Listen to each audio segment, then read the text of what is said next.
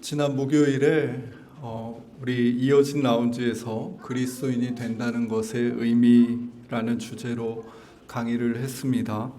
강의 후에 모두가 집으로 돌아갔는데 한 청년이 마지막까지 남아서 여러 질문을 했습니다. 자신의 신앙과 삶에 대해서 아주 진지하게 고민하면서 그 길을 찾아보려고 하는 이 청년의 눈빛을 보면서 정말 작은 단초가 될 수 있다면 어떤 말이라도 나누어 주고 싶은 마음이었습니다. 여러 질문을 다 한 청년이 마지막으로 하나의 질문이 더 있다고 하면서 정의의 느티나무 숲 교회 목회 철학이 뭐냐고 물었습니다. 진짜입니다.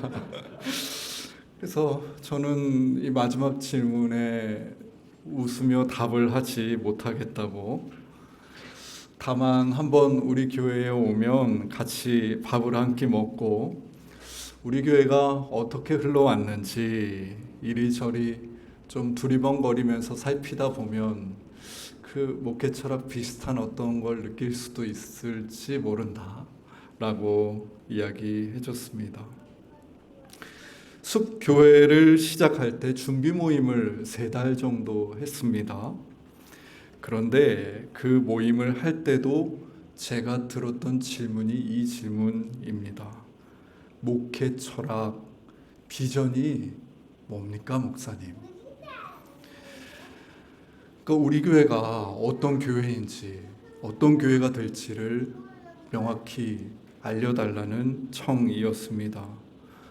아시겠지만 저는 그 질문에 대해서 속 시원한 답을 드리지 못했고 그저 머리를 긁적일 뿐이었습니다.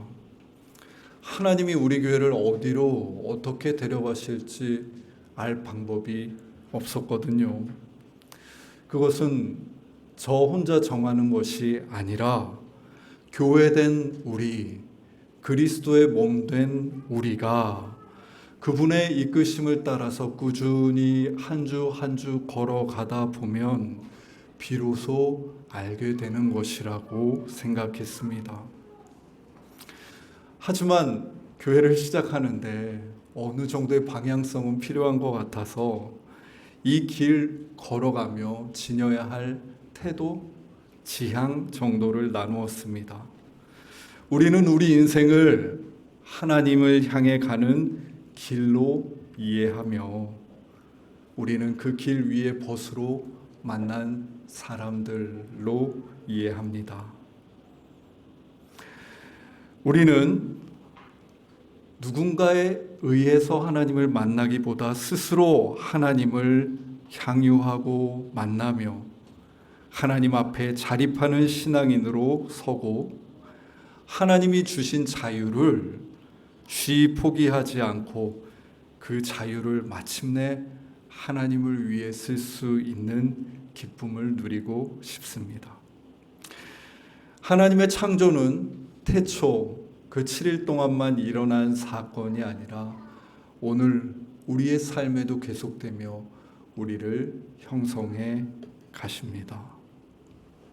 이런 믿음, 이런 태도를 가지고 이 길을 함께 걷다 보면 하나님이 이 공동체, 이 교회를 세우신 이유를 언젠가 알 수 있을 것 같았습니다. 이스라엘 백성들을 40년 여정 끝에 가나안 땅에 도착하게 하셨듯이 우리를 가나안 땅에 도착하게 해 주실 것 같았습니다. 여러분, 우리는 사실 갈 바를 알지 못한 채 길을 갈 때가 참 많습니다. 우리는 내가 하는 모든 것을 알고 통제할 수 있다는 환상에 젖어서 때로 안정감을 누리고 싶어 하지만 삶을 살다 보면 그저 살아가는 일은 그러한 환상을 벗어버리는 과정이구나 깨닫게 될 때가 많습니다. 우리는 결혼이 무엇인지 모르고 결혼을 합니다. 앞으로 어떤 다채로운 여정이 펼쳐질지 알지 못하지만 이상하게 상식과 이성으로 다 이해할 수 없는 그 사랑이란 것에 휩쓸려 그 불가해한 길을 가보겠다고 언약합니다. 아마 앞으로도 많은 청년들이 그 길을 가겠다고 언약할 것입니다. 그래서 결혼하겠다고 찾아오는 청년들을 보면 정말 그 경이로운 사랑과 결단의 찬사를 보내지 않을 수가 없습니다. 그리고 아직 이들이 어떤 물결에 휩쓸릴지 모르지만 저들의 그 긴 여정에 하나님이 반드시 함께 해주시기를 기도하게 됩니다. 저는 누군가 결혼이 무엇이냐라고 묻는다면 그것은 내가 알지도 못하는 거대한 물결에 휩쓸리는 것이라고 말하고 싶습니다.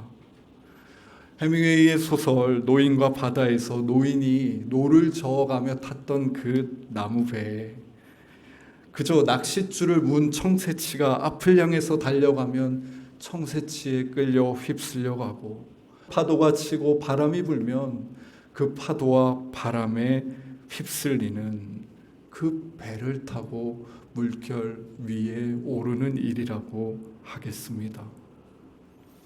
결국 우리가 마주하게 될 것은 우리가 예상하지 못했던, 예상할 수 없었던 거대한 물결일 테니까요.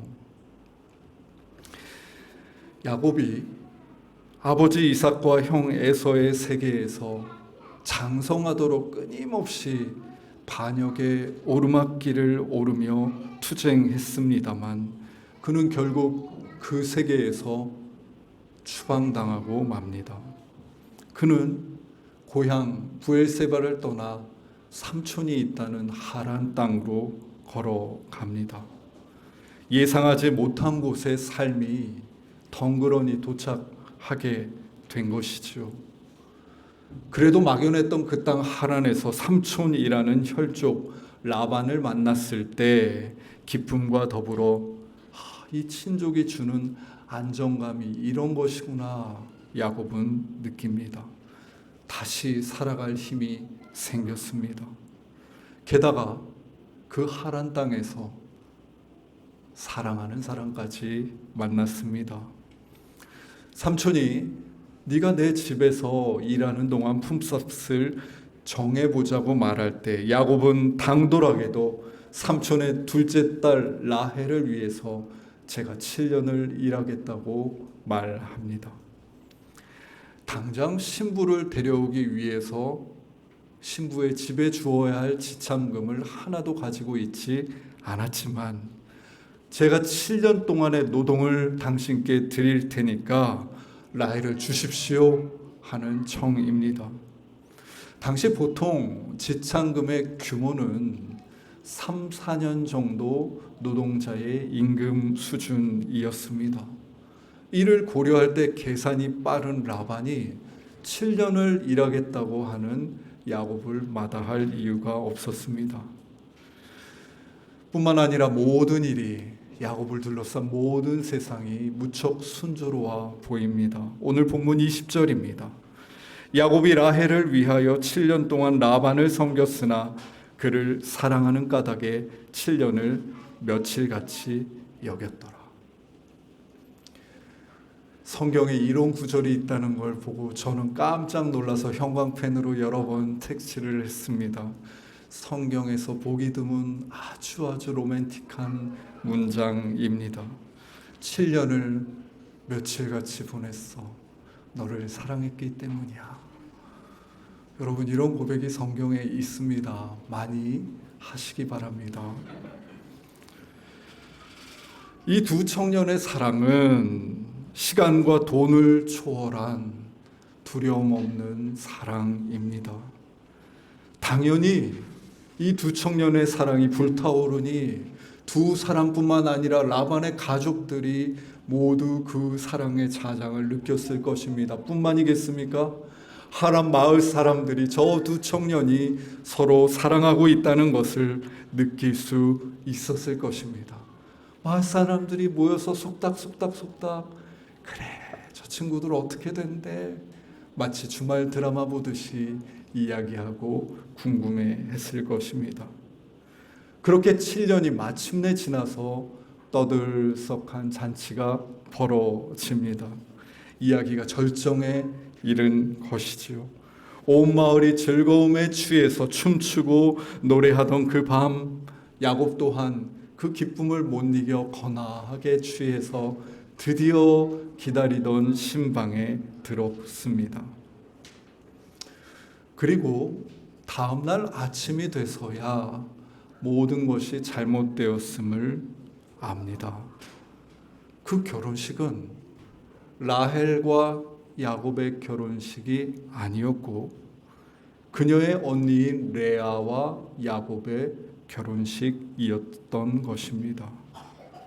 야곱이 기가 막혀 라반을 찾아가서 어찌 나를 속였느냐고 따지지만 라반은 작정했다는 듯이 차분하게 이야기합니다. 오늘 본문 26절입니다. 언니보다 아우를 먼저 주는 것은 우리 지방에서는 하지 아니하는 바이라. 야곱은 그제서야 정신을 번쩍 차립니다. 우리 지방이라니요. 그가 인식하지 못하고 있었던 이 우리 지방이라는 세계가 그를 둘러싸고 있었음을 깨닫습니다. 지금 그가 살아온 세계는 라헬과 단둘이 있는 달콤한 세계가 아니었습니다. 더 오래된 거역할 수 없는 구조를 가진 그 세계의 논리 속에 저들은 있었고 순수한 사랑은 기꺼이 무참하게 짓밟혀집니다. 라반은 단호하게 그럼에도 불구하고 이 일을 위해 7일을 채우라고 합니다. 보통 당시 결혼식이 7일간의 마을 잔치로 열렸습니다. 그러니 지금 너희 둘 말고 너희를 둘러싼 이 세계의 룰을 따라서 이 결혼식을 완수하라는 말입니다. 라반은 사람을 능숙하게 움직이는 이였고 그는 몇 가지 제안을 더 합니다. 네가 이 7일의 결혼식을 완수하고 나면 네가 그렇게 원하던 라헬도 너의 아내로 주겠다. 하지만 계약은 계약이지. 두 아내를 가진 만큼 다시 한번 7년 더 나를 섬기거라. 야곱이 그 잔치를 이렇게 둘러보는데 마음이 어떠했겠습니까? 잔치에 참여한 모든 사람들, 신방에 들어온 레아, 라반까지도 모두 다 자신을 속이는 이 세상의 공모자인 듯 보이지 않았겠습니까? 야곱은 마치 거대한 물결에 휩쓸리는 작은 배처럼 휘청거리며 흘러갑니다.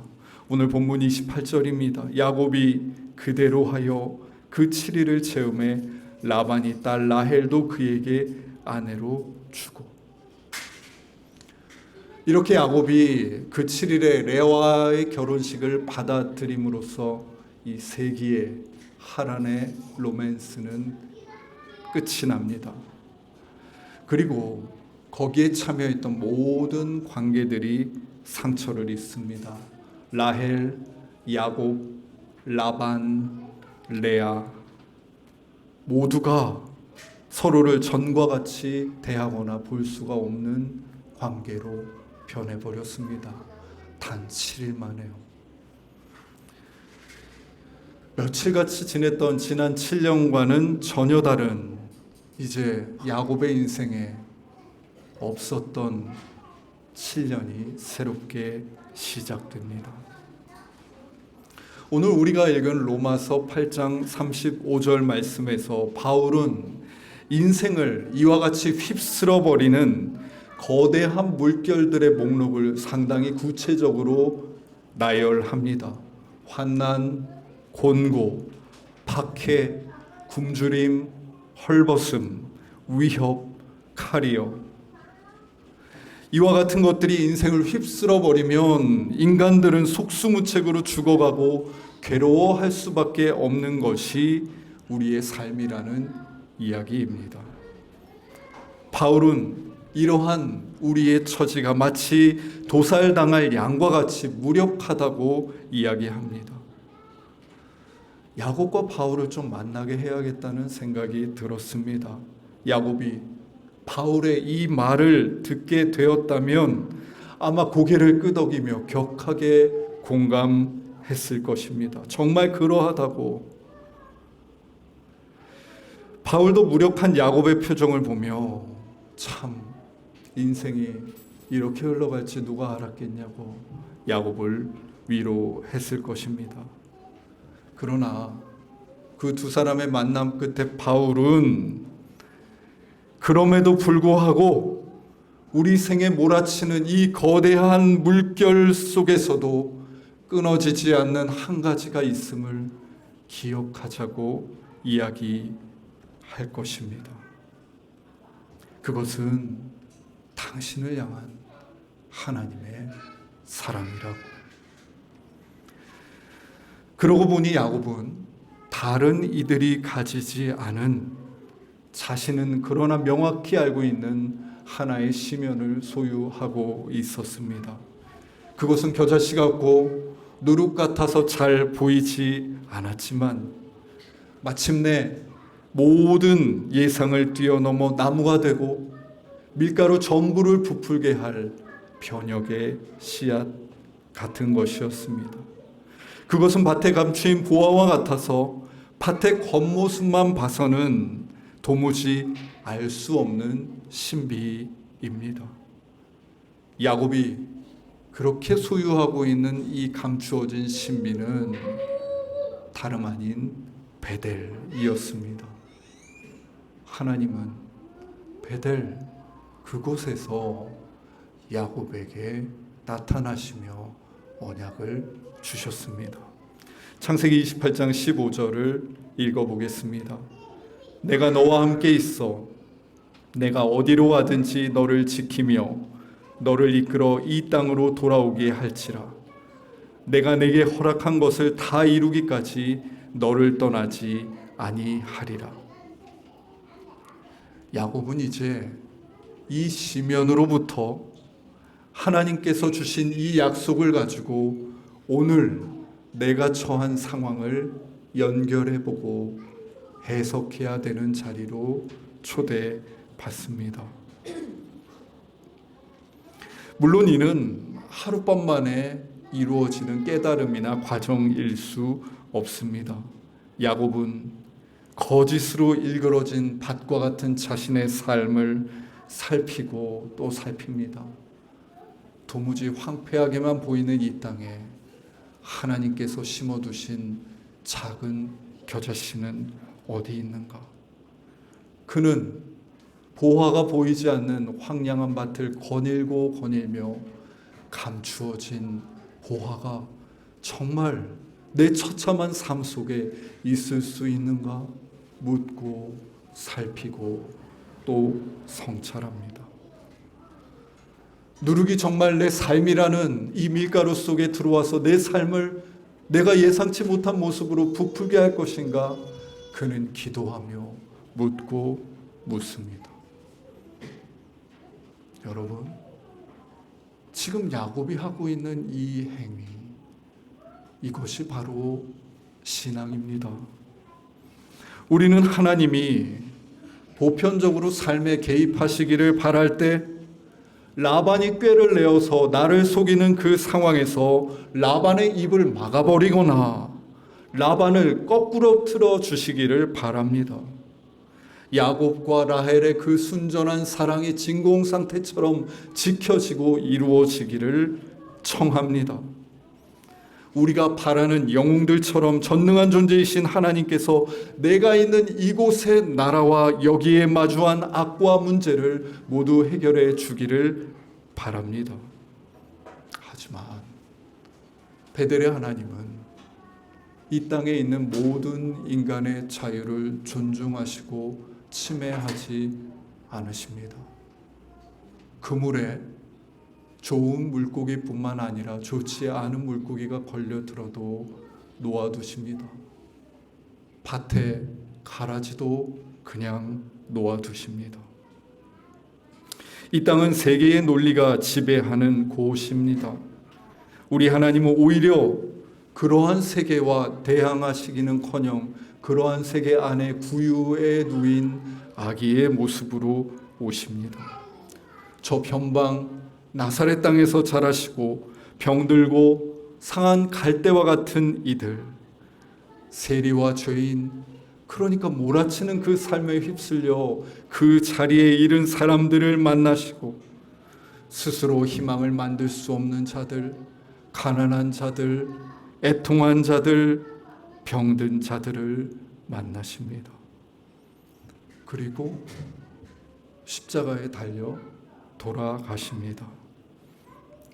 복음은 예수 그리스도의 삶은 우리가 기대하는 영웅적 구원과는 전혀 다른 것이라고 선언합니다.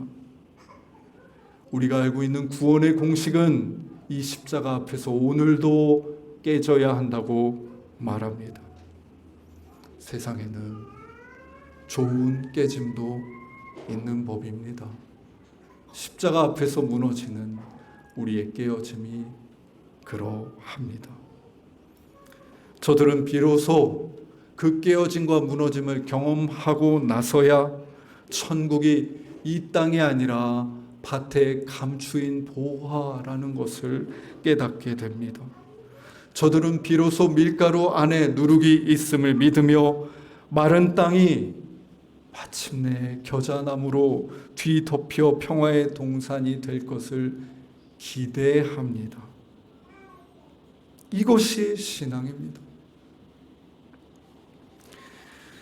성공의 사제인 로안 윌리엄스는 예수님의 삶의 한 지점을 포착해서 사람들에게 보여줍니다. 다름 아닌 십자가에 달려 돌아가시기 전날 밤, 그러니까 예수님을 둘러싼 악한 시스템이 아주 치밀하게 움직여서 예수라는 의인을, 하나님의 아들을 십자가에 못 박혀 죽이기 직전 그 칠흑 같은 어둠 속에서 예수님이 빵을 들어 하나님께 감사기도 하시는 그 순간을 포착합니다. 어떻게 흑암이 깊은 저 순간에 예수님은 감사기도를 하나님께 드릴 수 있을까?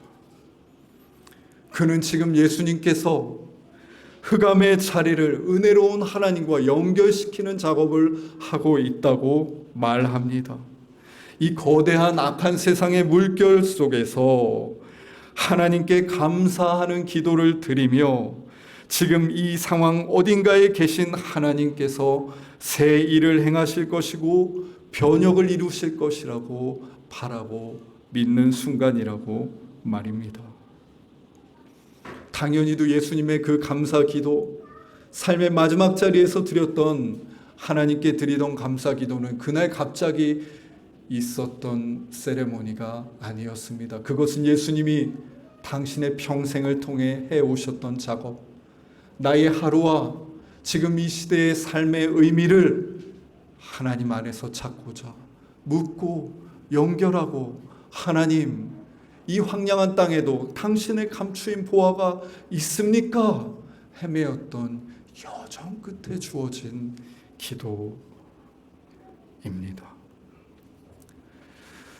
이와 같이 우리 인생을 휘감는 물결 속에서도 여전히 계신 하나님, 숨어 계신 실제이시오 결코 지치지 않는 하나님이 우리의 인생에 살아 계심을 알고 오늘을 그분과 연결해 가는 것이 신앙생활입니다.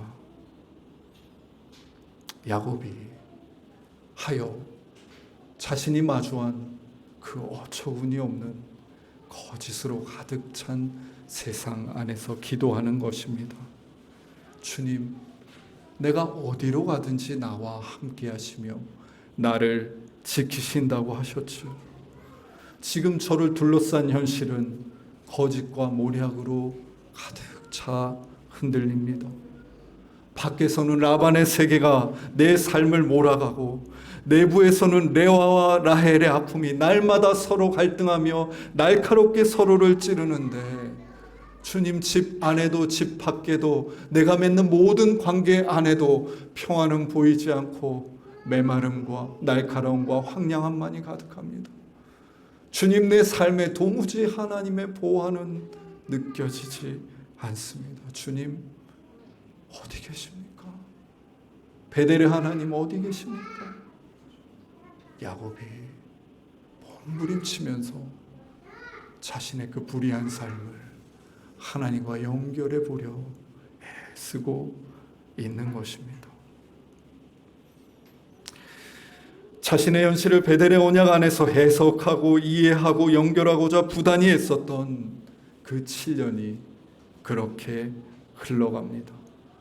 역시 더디고 문제는 한 번에 해결되지 않았겠지만, 여러분, 이러한 야곱의 분투하는 이야기가 바로 창세기라는 책 안에 있음을 기억해야 합니다. 성령께서 야곱의 어두운 삶, 야곱이 마주한 혼돈 위를 운행하시고 그에게 하나님의 한 말씀이 들려와 하나 둘 그 삶의 질서가 찾아오고 그의 지난한 삶에 살아계신 하나님의 다스리심이 드러나는 창세기가 지금도 그 혼란해 보이는 그의 삶에도 계속되고 있다고 성경은 말합니다. 하나님이 사랑하시는 숫가족 여러분, 여러분은 지금 어떤 물결 속에 휩쓸려 계십니까? 어디로 흘러가고 계십니까? 계획대로 도착한 그곳은 정말 내가 기대하고 바랐던 그곳이 맞습니까? 아니면 내 계획과 뜻과는 전혀 다른 곳에 휩쓸려 와 계십니까? 야곱의 삶이 그러했듯이 우리의 삶은 이 땅에서 정처 없이 여러 물결에 휩쓸리고 또 휩쓸릴 것입니다. 모든 것이 순조롭게 느껴지는 며칠 같은 7년이 우리에게 찾아오기도 하겠지만, 하루하루가 괴롭기만 한 몇십 년 같은 7년도 우리 삶에 찾아오기도 합니다. 그러나 여러분, 우리가 오늘 우리에게 주신 하나님의 한 말씀을 기억합시다. 어떤 상황, 어떤 물결도 우리를 하나님의 사랑에서 끊을 수 없도다 하신 이 말씀 말입니다. 어떤 어두운 상황과 어떤 더 이상 해결될 김이 없는 관계 속에서도 밭에 감추인 보화와 같이 은혜로운 하나님이 우리 삶에 살아계시고, 하나님으로 인해 그 황량한 밭은 모든 소유를 바쳐 사야 할 만큼 고귀한 밭으로 빚어져 갈 수 있음을 잊지 맙시다. 우리는 모두 삶을 휘감는 이 거대한 물결 속에서 낙심하지 않고 그 시면에 살아계신 하나님을 발견하는 자리로 초대받은 자들입니다. 오늘 우리의 상황과 관계와 처지를 하나님께 연결하고 은혜로운 그분이 일하실 수 있도록 열어드리는 그곳으로 초대받은 자들입니다. 우리가 어떠한 7년을 살고 있든지 그곳에 하나님이 계시고 그분 안에서 우리의 삶은 마침내 하나님의 거대한 창조의 이야기, 창세기의 일부로 수렴될 것입니다. 기도드리겠습니다. 하나님, 망망대해에 떠있는 작은 배처럼 삶은 자주 이쪽과 저쪽으로 휩쓸립니다. 우리는 마침내 어디로 당도할지 모르는 두려움 속에 불안하고 흔들리고요.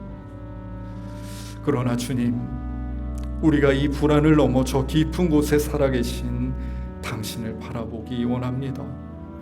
밭에 감추인 보화처럼, 겨자씨처럼, 누룩처럼 주님께서 우리 삶의 깊은 곳에 함께 계심을 믿습니다. 당신의 이름을 부릅니다. 오늘 이 삶의 터전을 그렇게 주님 안에서 해석하고 연결하려고 몸부림칠 때 주님, 우리에게 응답하여 주십시오. 우리가 낭망하지 않고 당신을 믿는 믿음으로 한 걸음 내디딜 수 있도록 은혜로운 주님의 뜻을, 주님의 손길을 나타내어 주십시오.